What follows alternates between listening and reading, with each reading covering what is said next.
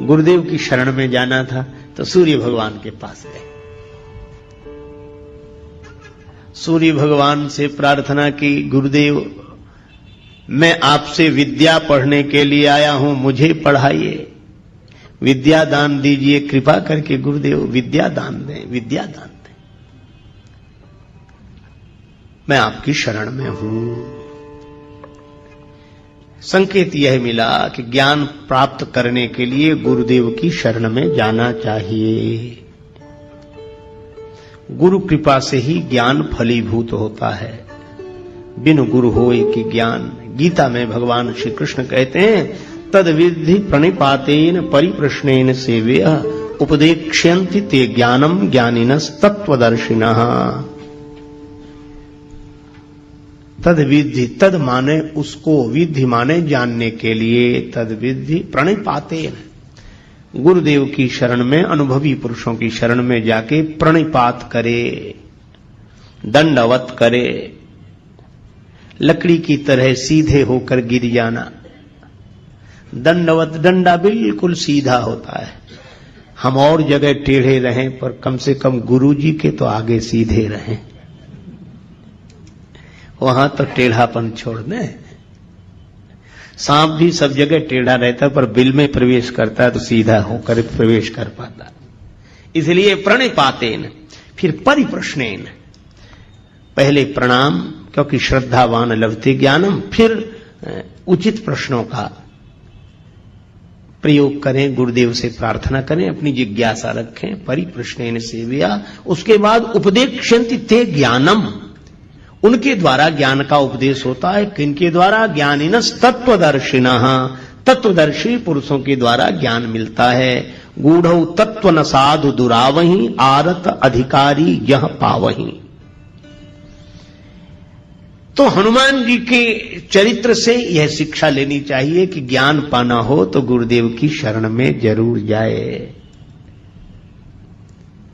किसी ने कहा कि पुस्तक से ही ज्ञान मिल जाए तो गुरुजी बनाने की जरूरत है, गुरुजी के पास जाने की जरूरत है। गुरुजी जो बताएंगे वह तो किताब में भी लिखा हुआ है। देखो, मैं आपसे निवेदन करूं, आप बिल्कुल ठीक कह रहे हैं, पुस्तक में वही लिखा है जो गुरुजी बताएंगे, या यूं कहो कि गुरुओं ने पहले से जो बताया है वही पुस्तक में लिखा है। लेकिन फिर भी पुस्तक कभी उस तक नहीं पहुंचा सकती। पुस्तक केवल पुस्तक है, पुश करती है, धक्का देती उस दिशा में, पुस्तक है, पुस्तक नहीं। अच्छा, जैसे एक उदाहरण की बात आप देखो, किताब में लिखा है आपको मुंबई शहर से कहीं किसी दूसरे शहर में रेलगाड़ी से यात्रा करनी है, और रेलगाड़ियों का वर्णन जिस किताब में है वो रेलवे टाइम टेबल आपके हाथ लग गया है ना। अब उसमें सभी रेलगाड़ियों का वर्णन है, उसमें सभी रेलगाड़ियां हैं और उसमें कोई भी रेलगाड़ी नहीं, हो ही नहीं सकती उसमें रेलगाड़ी है ही नहीं। लेकिन जिसमें रेलगाड़ी है नहीं, पता रेलगाड़ी का उसी से लगता है जिसमें नहीं है। और कोई सोचे कि किताब मिल गई है, अब रेल पकड़ने की क्या जरूरत, सब रेलें हैं इसमें। तो किताब लिए बैठा रहेगा, बताता तो रहेगा, पर वो पहुंच कहीं नहीं पाएगा। पर उस किताब को लेकर जो यात्रा कर चुका हो उससे पूछो तो वह सही जगह का पता बताएगा। उस स्टेशन से यह गाड़ी मिलेगी, ऐसे टिकट लेना पड़ेगा, ऐसे बैठना पड़ेगा। तो यह किताब में नहीं लिखा है, यह वह बताएगा। पर बैठोगे आप उसी ट्रेन में जो आपने किताब में पढ़ी थी। तो जैसे ग्रंथ के साथ गुरु की आवश्यकता है, अनुभवी पुरुष की आवश्यकता है। जैसे कोई भोजन बनाने की कला विधि किताब में पढ़ ले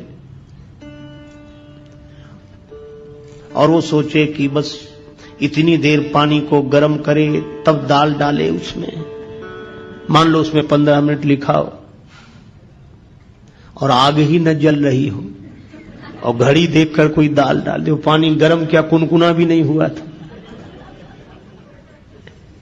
अब कहे भाई किताब में लिखा था। अच्छा, या इतनी आग तेज हो कि वो 15-10 मिनट में ही खौलने लगे पानी, हम 15 मिनट का इंतजार करें क्योंकि किताब में लिखा है। इसीलिए अनुभवी की आवश्यकता है। बिन गुरु होय कि ज्ञान, ज्ञान की होय विराग बिन। ग्रंथों का मर्म समझने के लिए भी गुरुजनों की शरण में जाना चाहिए। यह परंपरा है और यह परंपरा अनुभवी पुरुषों की है। ये कोई नासमझ लोगों की बनाई हुई व्यवस्था नहीं है। अच्छा, वैसे भी देखो, मैं ब्रह्म हूं यह पढ़कर जान लेने के बाद भी जब तक गुरुदेव के द्वारा नहीं सुनते कि तत्त्वमसि त्वं ब्रह्म हो, तब तक वह ब्रह्मानुभूति होती नहीं है। इसलिए हमारे गुरुदेव भगवान कहते थे, जब तक आत्म लखे नहीं कोई सुखी न होई, और बिन सदगुरु के लखा न जावे भेष पंथ हो कोई। बिन गुरु होई कि ज्ञान हो नहीं सकता। इसीलिए हनुमान जी के चरित्र से यह शिक्षा लेनी चाहिए कि हनुमान जी तो इतने बड़े ज्ञानी। अच्छा, जहां गुरु जी के पास गए वहां तो वो बचपन में ही पहुंच गए थे, बाल समय रवि भक्ष लियो। लेकिन हनुमान जी जानते हैं कि वह एक छलांग थी और जीवन में जो घटता है वो किसी छलांग से नहीं, उसकी व्यवस्था है। उसके आधार पर परंपरा का पालन करना चाहिए, परंपरा नहीं तोड़नी चाहिए। हनुमान जी सोचते वो बचपना था, पर व्यवस्था तो यह है। इसीलिए वे सूर्य भगवान की शरण में गए और विधिवत प्रार्थना की कि मैं आपका शिष्य होना चाहता हूं, मुझे मंत्र दो, मुझे ज्ञान दो, मैं आपका शिष्य हूं, बनना चाहता हूं। सूर्य भगवान ने सोचा कि केवल मंत्र देना होता तब तो कोई बात नहीं, पर ये तो पढ़ने के लिए रहेगा। सूर्य भगवान ने सोचा कि इस बालक को पहले भी कभी देखा है, कौन है ये? अरे याद आया, ये वही है जो बचपन में एक बार आया था। सूर्य भगवान ने सोचा ऐसे विद्यार्थी को पास रखना ठीक नहीं है, पढ़ते पढ़ते कब भूख लगावे। तब तो उतनी दूर थे तो छलांग लगा के आ गया, यहां तो गुरु जी सामने ही रहेंगे। सूर्य भगवान ने सोचा कि देखो, मन में सोचा ऐसे विद्यार्थी को पास रखना ठीक नहीं है। तो बोले ऐसा है कि हम चलते फिरते गुरु जी हैं, एक जगह तो रहते नहीं, कल कहीं थे, आज कहीं और उसके बाद फिर कहीं। तो पढ़ो तो ऐसे गुरु जी के पास रहकर पढ़ो जो एक जगह रहते हो। तो तुम भी वहीं रहो और उनके आश्रम में रहो, पढ़ो। अब हमारे साथ कैसे, हम तो सुबह कहीं और शाम कहीं और दोपहर कहीं और रात कहीं, कोई ठिकाना तो है नहीं।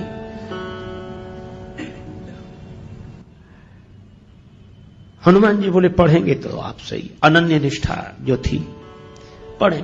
कैसे पढ़ोगे, हम तो चलते फिरते हैं। हनुमान जी बोले तो हम चलते फिरते विद्यार्थी बन जाएंगे। आप जहां जहां चलोगे हम भी साथ साथ चलेंगे, आपकी सेवा करेंगे, पढ़ते चलेंगे। आप भी तो कहीं ना कहीं दोपहर को रहते होगे, रात को हम भी रहेंगे आपके साथ ही, बस साथ ही रख लो बस। सूर्य भगवान ने सोचा यह विद्यार्थी विचित्र, गले ही पड़ गए। तो सूर्य भगवान ने कहा कि हमारे साथ रहोगे तो भी पढ़ नहीं सकोगे। क्यों? हमारे पीछे पीछे चलोगे तो हमारी पीठ तुम्हारी तरफ होगी, और हमारे आगे आगे चलोगे तो तुम्हारी पीठ हमारी तरफ होगी, तो पढ़ाई कैसे होगी? गुरु शिष्य तो आमने सामने बैठे तब ना पढ़ाई हो। हनुमान जी बोले हाँ यह बात जरूर है। सूर्य भगवान बोले इसीलिए कह रहा हूं कि घर जाओ, पढ़ नहीं पाओगे, ऐसे कैसे पढ़ोगे? हनुमान जी थोड़ी देर रुके। बुद्धिमताम वरिष्ठम, हनुमान जी तो बुद्धिमानों में श्रेष्ठ है। तुरंत बोले इसका भी हल निकल आया गुरु जी। सूर्य भगवान बोले इसका क्या हल है? हनुमान जी बोले हम आपके आगे उल्टे उल्टे चलेंगे, किसी की पीठ किसी की तरफ, आपके आगे उल्टे चलेंगे। सूर्य भगवान बोले वाह, अभी तो पढ़ाई शुरू नहीं हुई, गुरु जी के आगे ही उल्टे चलोगे, फिर पढ़ने से फायदा ही क्या है? काहे को पढ़ रहे कि गुरु जी के आगे ही उल्टे चलेंगे? अच्छा निश्चय है यह तो कि हम तो आगे आपके आगे ही उल्टे चलेंगे, फिर पढ़ने का लाभ क्या, प्रयोजन क्या? हनुमान जी ने हाथ जोड़कर कहा गुरुदेव यही तो मैं कह रहा हूं कि अगर गुरुदेव का ज्ञान पाकर भी वैसे ही चलते रहे जैसे पहले चल रहे थे तो पढ़ने का प्रयोजन ही क्या है? गुरुदेव से ज्ञान पाकर तो फिर उलटकर चलना चाहिए, जैसे पहले चलते थे वैसे नहीं, अब उलटकर चलो। गई सो गई अब राख रही को, बीत गई सो बीत जान दो अब ही बना लो काम। जो गया सो गया, उसके लिए कुछ मत सोचो। गई सो गई अब राख रही को, जो बचा है उसका उलट कर चलो। सूर्य भगवान बोले बिल्कुल ठीक है, अब पढ़ाऊंगा तुम्हें। भानु सो पढ़न हनुमान गए, भानु मन अनुमान शिशु केल कियो फेर फार सो। हनुमान बाहुक में वर्णन है। भानु सो पढ़न हनुमान गए, भानु मन अनुमान, सूर्य भगवान ने मन में अनुमान करके शिशु केल, बालकों के खेल की तरह फेर फार सब अदल बदल कर दिया। कैसे? बोले पाछले पगन गम मगन गगन मग क्रम को न भ्रम कपि बालक बिहार सो। पाछले पगन पीछे पल चलते हुए चरणों से हनुमान जी सूर्य भगवान के सामने, एक तो गुरुदेव सूर्य भगवान जैसे तेजस्वी सूर्य भगवान, और उनसे विद्या अर्जन करना, और उनके सामने उन्हीं के चेहरे को देखते हुए पीछे चलते रहे। सूर्य भगवान ने कहा कि अद्भुत हो, देख रहे हो हमारी तरफ और चल रहे हो जगत की तरफ। बोले बस यही है, हम चलें भले ही जगत की तरफ, पर दृष्टि में तो गुरुदेव और गुरुदेव का ज्ञान रहना चाहिए, यही जीवन की सार्थकता है। तो जिन्होंने सूर्य भगवान से ज्ञान प्राप्त किया हो वे ज्ञान के सागर हैं। जय हनुमान ज्ञान गुण सागर।